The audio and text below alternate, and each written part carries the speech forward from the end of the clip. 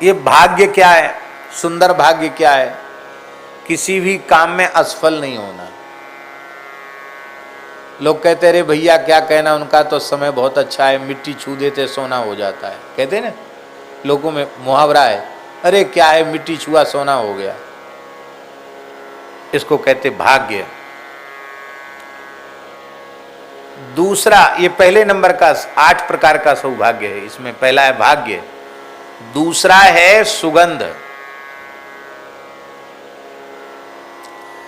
बहुत भाग्यहीन व्यक्ति होते हैं, उनके शरीर से बदबू आने लग जाती है, हाँ, दुर्गंध आने लग जाती है।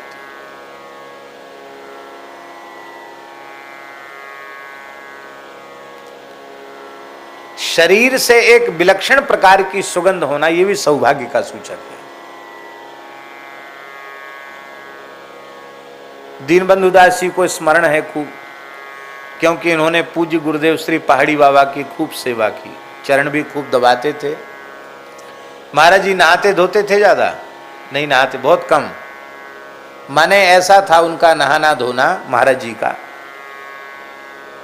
वो नीम के नीचे बैठे रहते थे खाली तखत पर, और पानी बरसने लग गया तो वो एक आधा कटा हुआ, उसको साधु में मतंगा कहते हैं, टूमा का, उसको जटाओं पे रख लेते कि सिर न भीजे, बाकी शरीर उनका खूब भीजता रहता पानी में। एक छोटी सी साफी रखते, उससे ऐसे रगड़ते रहते शरीर को। लंगोटी तो बदलते ही नहीं थे, गीली रखते थे, गीली पहन लेते थे, एक ही लंगोटी रखते थे। और शाम को जब पानी खुल जाता तो जैसे आकाश साफ होकर के ऐसे उनका शरीर चमकने लग जाता था। और वैसे कहो कुआं का पानी खींच के 10-5 बाल्टी नहा में, नल के नहीं, ज्यादा नहीं नहाते थे, गर्मियों में भी नहीं नहाते थे ज्यादा वो, पर उनके शरीर से एक विलक्षण प्रकार की सुगंध हमेशा आती थी। हम लोग महात्मा के पास गए थे चीर घाट पर। कैसे महात्मा थे, धूल मिट्टी में सने हुए, मैं महीनों से नहीं नहाए हों, अवधूत महात्मा थे, बंगाली संत थे, बहुत अच्छे सिद्ध पुरुष थे वो, बहुत अच्छे नाम जापक थे। तो हम गए, कई संत लोग गए, उनके शरीर से एक विलक्षण सुगंध आ रही थी। हमारे पूज्य गुरुदेव श्री भक्तमाली जी के शरीर से एक विलक्षण प्रकार की सुगंध आती थी। तो ये सौभाग्य सूचक है, शरीर से सुगंध आना। अथवा शरीर से सुगंध किसके आएगी? ऊट पटांग चीज खाने पीने वाले, इनके शरीर से तो बदबू ही आती। मांसाहारी व्यक्ति के पास आप बैठ नहीं सकते। शराबी कबाबी के शरीर से बड़ी दुर्गंध आती है, व्यसन करने वालों को शरीर से दुर्गंध आती। प्याज लहसुन बहुत खाने वाले, उनके शरीर से बड़ी बदबू आती है।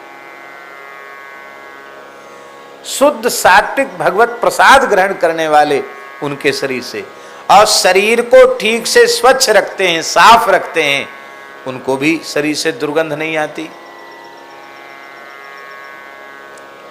हमको श्री राधारमण लाल जी के गोस्वामी जी ने बताया, बोले हमारे यहाँ राधारमण लाल जी की अपरस में सेवा होती है, तो हम लोग स्नान करके जब अपरस में जाते हैं भीतर, तो पहले बहुत अच्छे ऋतु के इत्र से, अपने इत्र से हाथ धोते हैं। इत्र ऐसे लगाते हैं पूरे हाथ में, ऐसे पूरे इत्र लगाते हैं, वो अलग होता लगाने वाला।